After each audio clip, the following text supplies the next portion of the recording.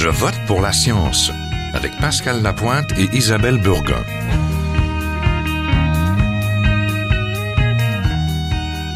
Bonjour à tous. Il y a peu de temps était publié un portrait intitulé « Comment se portent les tout-petits québécois ?» un rapport paru fin 2017 par l'Observatoire des tout-petits. Ça, c'est un projet de la Fondation Lucie et André Chagnon. Ce second bilan des jeunes Québécois âgés de 0 à 5 ans comporte de nombreuses bonnes nouvelles et pour les presque 535 000 tout-petits de la province.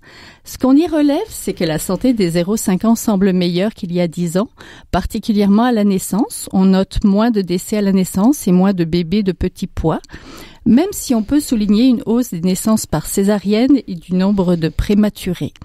Il y a également une diminution des hospitalisations des tout-petits et des maladies infectieuses évitables par la vaccination. Par contre, il subsiste des soucis du côté de l'obésité des jeunes enfants et de leur développement et de leur santé mentale. À la lumière de ce rapport, les enfants sont plus en santé et moins pauvres, sauf peut-être à Montréal. Nous allons explorer tous les détails avec nos invités.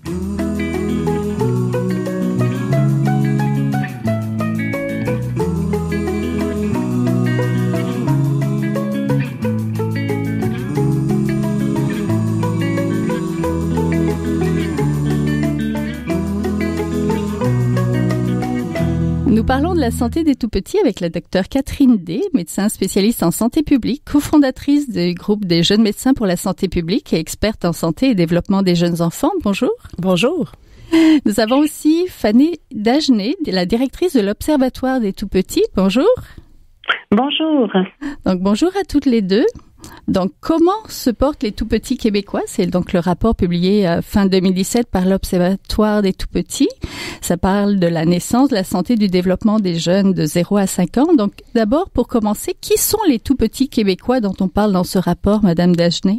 Ben, en fait, ce sont les enfants âgés là de 0 à 5 ans. Donc, on considère également la période de la grossesse dans cet intervalle d'âge-là. Et ça concerne les tout-petits vraiment de l'ensemble du Québec, donc de chacune des régions. Madame Dagenet, c'est le second rapport. Glissez-nous peut-être un mot sur le premier. Ben en fait, le premier portrait annuel des tout-petits québécois portait sur les environnements dans lesquels grandissent les tout-petits. Et cette année, on a vraiment voulu se concentrer sur les indicateurs qui touchent l'état de santé et de bien-être des tout-petits.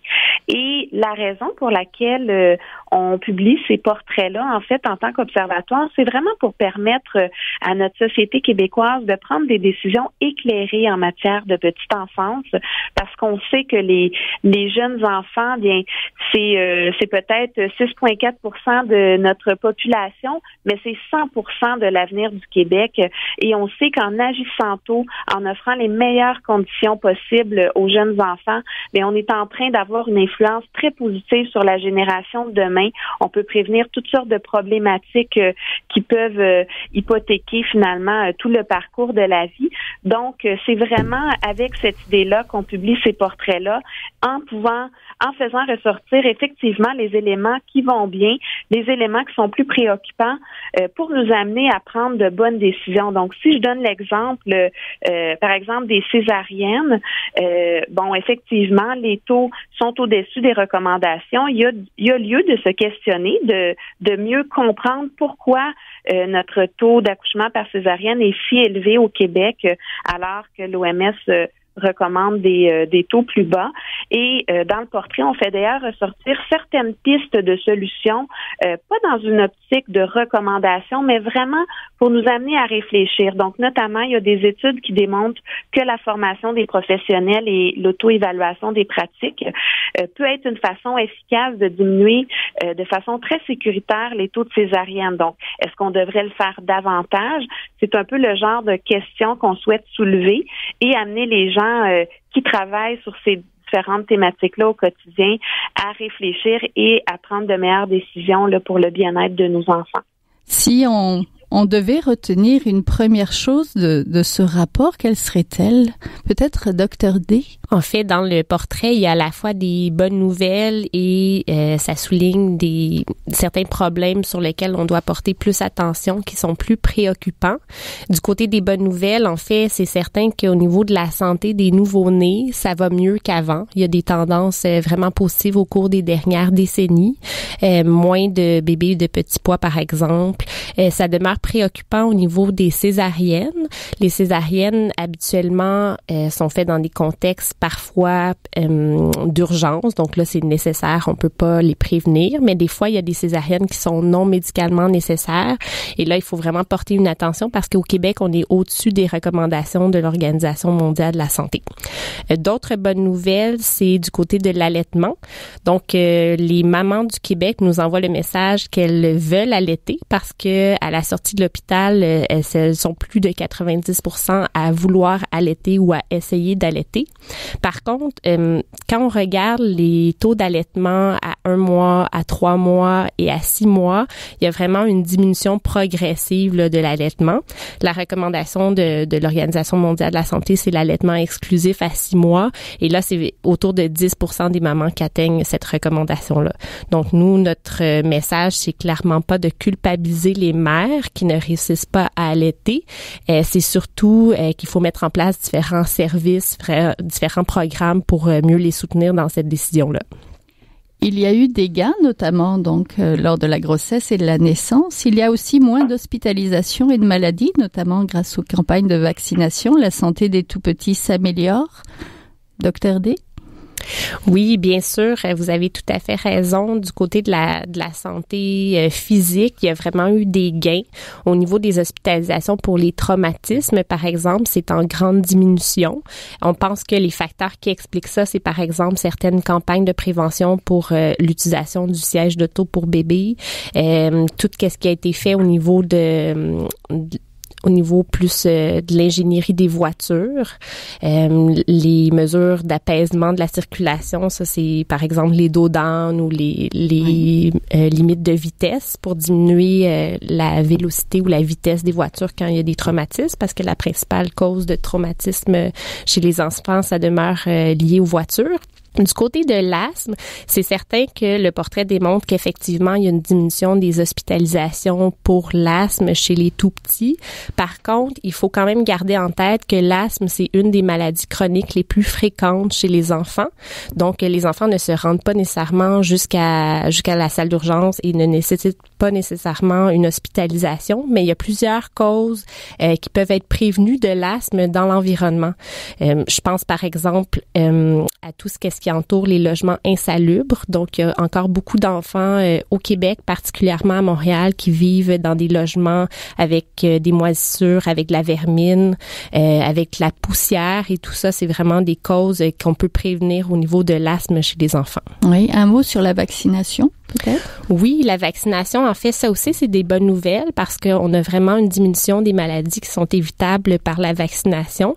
Par exemple, on sait que dans certaines populations, certains groupes, il peut y avoir un phénomène d'hésitation à la vaccination. Donc ça, c'est des parents qui sont pas nécessairement contre la vaccination, mais qui hésitent, qui posent des questions. Puis le message qu'on veut envoyer, c'est clairement que les professionnels sont là pour répondre à vos questions.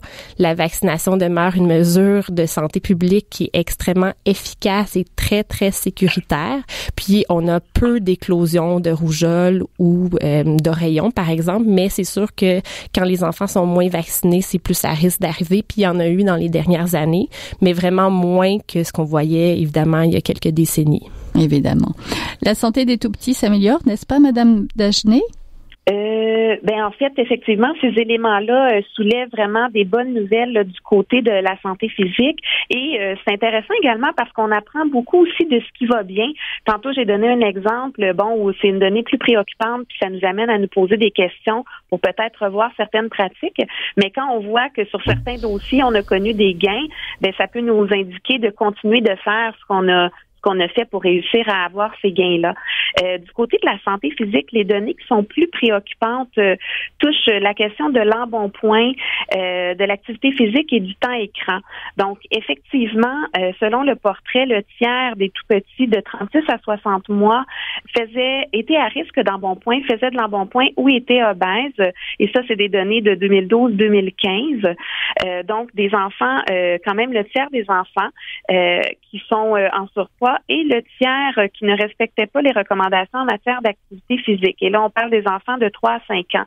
Donc, malheureusement, ce n'était pas possible de mettre la main sur des données sur l'alimentation des tout-petits, des données récentes qui auraient été pertinentes là, pour le portrait. On sait évidemment là, que les habitudes de vie sont intimement reliées à la problématique du poids. Donc, c'est pour ça qu'on a voulu aller chercher des données sur les recommandations en matière d'activité physique. Et autre donnée qui est interreliée avec l'activité physique, c'est la donnée sur le temps écran. Donc, les 3/4 là, des tout-petits ne respectaient pas les recommandations en matière de temps passé devant un écran. Ce qui est vraiment une donnée frappante du portrait, évidemment, qui nous a tous surpris, là, compte tenu de l'âge des enfants également. On parle vraiment de tout petits enfants là, de 3 à 5 ans. Alors, ce que ça nous indique ici, évidemment, c'est qu'on doit, comme société, tout mettre en place pour soutenir les familles et l'ensemble de la population, dans le fond, dans l'adoption de saines habitudes de vie. Et dans le cadre de la petite enfance, bien évidemment, il y a beaucoup de temps qui est passé dans les services éducatifs à la petite enfance. Hein. Ça devient un milieu de vie. Certains enfants vont les fréquenter 5 jours semaine. Ils peuvent prendre le dîner. Certains vont même prendre un petit déjeuner dans les services éducatifs, à tout le moins des collations. Donc, on peut beaucoup faire au niveau de l'offre alimentaire, mais également dans notre capacité d'offrir aux enfants pendant leur séjour hebdomadaire là en service éducatif, des opportunités de bouger, de se développer sur le plan moteur, d'être actif. Donc, ça aussi, ça fait partie des pistes de solutions qui ont été évoquées là dans le portrait. Oui, les premières années sont souvent essentielles dans le développement. Que mentionne le récent rapport sur ces premières années et le développement, justement, docteur D? Du point de vue du développement, le portrait reprend les données de l'enquête québécoise sur le développement des enfants de la maternelle. Il y a eu une enquête en 2012 pour tous les enfants de la maternelle du Québec et il y a eu une enquête également en 2017. Là, on n'a pas encore les données, mais on a très hâte de les voir. En 2012, c'était quand même des données sur le développement qui étaient inquiétantes. Là, on parle d'un enfant sur 4 au Québec qui, lors de son entrée à la maternelle, présente une vulnérabilité au niveau de son développement. Donc, autour de 26%. Il y a vraiment une différence entre les petits garçons et les petites filles. Donc, les petits garçons, en fait, c'est presque un enfant sur 2 qui présente une vulnérabilité au niveau du développement. Chez les petites filles, c'est autour de 22%.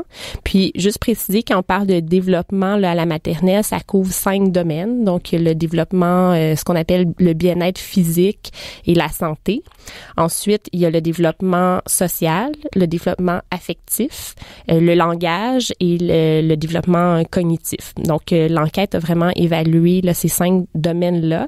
Puis, il y a plusieurs pistes de solutions à explorer au niveau du Québec pour améliorer cette statistique-là sur le développement des enfants. Oui. Quand on parle vulnérabilité, on parle de quoi exactement? La donnée précise, là, c'est que un enfant vulnérable, c'est un enfant qui présente un risque dans au moins un de ces 5 domaines-là de développement que je vous ai donné. D'accord. En fait, peut-être pour compléter, dans le fond, l'enfant est considéré vulnérable dans un domaine s'il fait partie des 10% d'enfants québécois qui ont les résultats les plus faibles dans ce domaine-là. Donc, pour chacun des domaines, s'il fait partie des 10% d'enfants qui ont les résultats les plus faibles, on considère qu'il est vulnérable dans les domaines. Oui, merci Madame Dagenet. Un mot sur la santé mentale des tout-petits, des 0-5 ans? Oui, au niveau du portrait, en fait, la santé mentale a été explorée surtout de l'angle des diagnostics posés par des professionnels de la santé. Donc, c'est certain il faut toujours garder ça en considération parce que c'est pas toujours évident de poser un diagnostic de problème de santé mentale chez les 3 à 5 ans, par exemple. Et le portrait va vraiment donner des données sur, par exemple, le trouble déficitaire de l'attention avec ou sans hyperactivité, sur les troubles du langage, sur certains troubles de comportement. Donc, on n'a pas beaucoup de données au Québec qui parlent de la santé mentale des enfants. Donc, c'est une première là, d'avoir des données pour les tout-petits. Puis c'est sûr qu'il y a certaines statistiques qui peuvent être inquiétantes, mais en même temps, ça envoie le message que c'est quand même important de dépister ces problèmes-là assez précocement si on veut mettre en place une panoplie de services pour les enfants et les familles. Oui, Madame Dagenet, des statistiques sur la santé mentale des petits? Oui, effectivement. Puis le Dr D l'a bien mentionné. Là, il y a très peu de données qui sont disponibles. Là, on a vraiment rassemblé ce qu'on a pu trouver, mais définitivement, un des messages qu'on souhaitait lancer à la publication du rapport, c'est qu'on aurait avantage à mieux documenter là, la question de la santé mentale chez les tout-petits parce que le peu de chiffres dont on dispose nous indique quand même que ça touche beaucoup d'enfants. Donc, c'est 22 000 enfants âgés de 1 à 5 ans qui avaient un diagnostic de trouble mental en 2015-2016. Quand on regarde un peu l'évolution là, au cours des dernières années, entre 2000-2001 et 2015-2016, on est passé de 3,5% des tout-petits à 4,8% qui étaient touchés par un trouble mental. Donc, évidemment, là, la liste est longue. Ça peut inclure des troubles du développement de la parole et du langage, retard spécifique de la motricité, troubles de comportement comme bégaiement, troubles du sommeil. Donc, faut comprendre que troubles mentaux, c'est vraiment un diagnostic qui englobe une longue liste là, de possibilités, de problématiques. Et évidemment, ça nous a tous frappé, ces chiffres-là, l'augmentation également. Quand on a discuté avec les experts sur le sujet, ce qu'on nous expliquait, c'est que l'augmentation est sans doute due au moins en partie au fait qu'on est mieux outillé qu'avant pour poser des diagnostics. Pour dépister. Donc, oui, pour dépister exactement. Toutefois, c'était unanime là, au niveau des experts qu'on a rencontrés que il y a beaucoup d'hésitation, en fait, à diagnostiquer très tôt. On a parlé notamment avec les autres professionnels. On nous disait que souvent, les professionnels préfèrent attendre que l'enfant soit entré à l'école pour poser un diagnostic, même si on décèle qu'il semble y avoir une problématique avant. Donc, le consensus était autour du fait que probablement que ces chiffres-là sous-estiment, en fait, l'ampleur de la problématique, mais définitivement, c'est quelque chose qu'on aurait à surveiller davantage là, et qui faisait... partie des données qui nous ont frappés là, au niveau du portrait. Merci. Vous avez écrit, Dr D, une lettre d'opinion dans la presse en faveur d'un programme de suivi universel. Dans plusieurs provinces au Canada et dans d'autres pays tels l'Australie, il existe un programme systématique offert à tous. Expliquez-nous pourquoi c'est important d'y songer. Effectivement, là, on pense que d'implanter au Québec un programme universel où est-ce que des professionnels de la santé suivraient de manière systématique la santé et le développement des tout-petits de 0 à 5 ans, ça pourrait prévenir et même agir sur une panoplie de problèmes de santé qui ont été mis en évidence par le portrait des tout-petits. On peut quand même se questionner, les gens nous demandent souvent, mais est-ce qu'il n'y a pas déjà un tel programme qui est en place au Québec? La réponse, c'est oui et non. Le oui, c'est que si vous avez accès à un médecin de famille et que vous avez la chance de le voir régulièrement et non pas seulement le voir y avoir accès quand il y a une problématique de santé aiguë, par exemple. Le médecin peut utiliser des outils comme, par exemple, au Québec, on a l'abécédaire ou le ROUR, qui est des instruments qui permettent de suivre la croissance, le développement des enfants. Par contre, ça dépend vraiment beaucoup de l'accès à un médecin de famille. L'idée d'un programme universel, en fait, ce serait de garantir à tous les tout-petits, tous les enfants de 0 à 5 ans, un accès de manière régulière à un professionnel de santé qualifié. Pas nécessairement un médecin, ça peut être un médecin ou un pédiatre, mais ça pourrait également être une infirmière qui est qualifiée pour faire un suivi comme ça. Ou est-ce que à des âges prédéterminés, par exemple à 1 mois de naissance, à 3 mois, à 6 mois, à 1 an, à 2 ans, on a vraiment une liste de questions à poser aux parents pour dépister certains problèmes de santé. On procède à un examen physique, on fait le suivi de la croissance, du poids de l'enfant, puis on en profite pour sensibiliser les parents en leur donnant des conseils préventifs sur plusieurs problèmes de santé qui sont prévenables. Par exemple, des conseils sur l'allaitement, sur l'alimentation saine des enfants, sur les recommandations d'activité physique puis de temps écran. On peut répondre à leurs questions par rapport à la vaccination.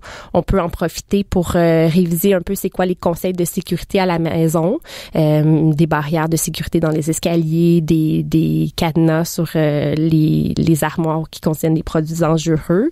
Et améliorer la prévention finalement. Oui, c'est ça l'idée d'un programme comme ça, c'est vraiment ça reposerait sur 2 principes clés. L'accès à un professionnel de santé en temps opportun et qui dépend pas nécessairement du caractère proactif des parents. Là, ça serait pas nécessairement aux parents à prendre le téléphone puis à prendre rendez-vous. Ça serait le système de santé qui aurait la responsabilité d'offrir ces rendez-vous-là aux parents. Puis ça dépendrait, l'autre principe clé qu'on voudrait voir au cœur d'un programme comme ça, c'est vraiment la prévention et non pas agir seulement quand l'enfant présente un problème de santé actif. Travailler en amont. Un mot là-dessus?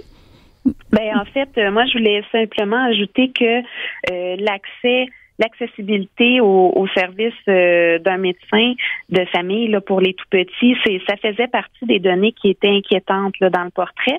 Donc, on rapporte qu'il y a en fait, en 2015, près d'une famille sur 10 qui avait un enfant de 0 à 5 ans déclarait ne pas avoir de médecin de famille ou de pédiatre pour ces enfants de cet âge-là. Et ça, pour nous, c'est clair que c'est une donnée qui était très préoccupante parce qu'on sait qu'à cet âge-là, d'emblée, pour les tout-petits qui ont accès à un médecin, généralement, on recommande que les rendez-vous soient plus rapprochés qu'à l'âge adulte, justement parce que le développement se produit à vitesse grand V. Vraiment, il y a une fenêtre d'opportunité incroyable sur le plan du développement là en bas âge et c'est important de pouvoir suivre ça. Donc, tout à fait comme l'indiquait le Dr D là, avec la proposition de programme universel, de vraiment suivre les étapes pour s'assurer qu'on peut déceler quand il y a une problématique qui se présente et qu'on puisse agir rapidement.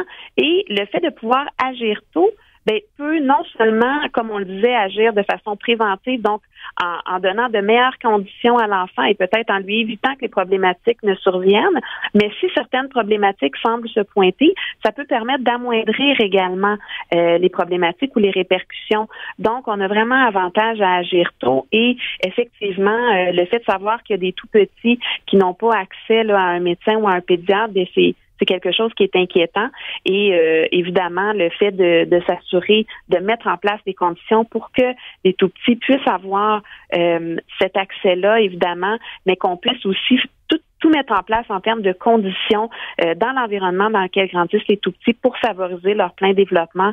C'est vraiment notre objectif là, de susciter une discussion autour de ça avec le portrait.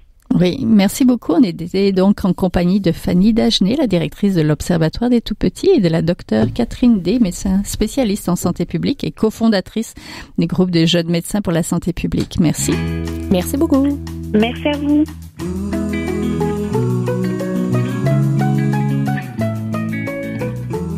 Vous êtes toujours à Je vote pour la science, là où la science rencontre la politique, une émission produite par l'agence Science Presse. Vous pouvez visiter son site internet au sciencepresse.qc.ca.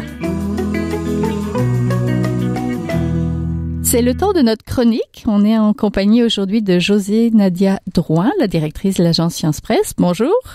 Bonjour Isabelle. Pour sa chronique littérature scientifique, et aujourd'hui elle va nous parler de quelqu'un qu'on connaît bien quand on s'intéresse à la vulgarisation, Hubert Reeves, son dernier opus. Oui, tout à fait. Le titre, c'est Le banc du temps qui passe. C'est tellement un beau titre, je trouve. Oui, tout à fait. Ce banc, c'est celui sur lequel M. Reeves s'assoit, là, près de l'étang de Malicorne, qui est une petite ville en Bourgogne où il a élu domicile, là, dans le centre-est de la France. Alors, il nous raconte que c'est à cet endroit là, qu'il laisse surgir les questions qu'il se pose là, sur la science, évidemment, sur l'écologie, la cosmologie, mais aussi sur la musique. Ça, je ne le savais pas, hein, qui était amateur de musique. Alors, ce dernier livre là, réunit ses réflexions sur tous ces sujets. Ces méditations cosmiques, comme il les appelle, sont livrées dans de très courts chapitres là, qui vont d'un paragraphe à quelques pages.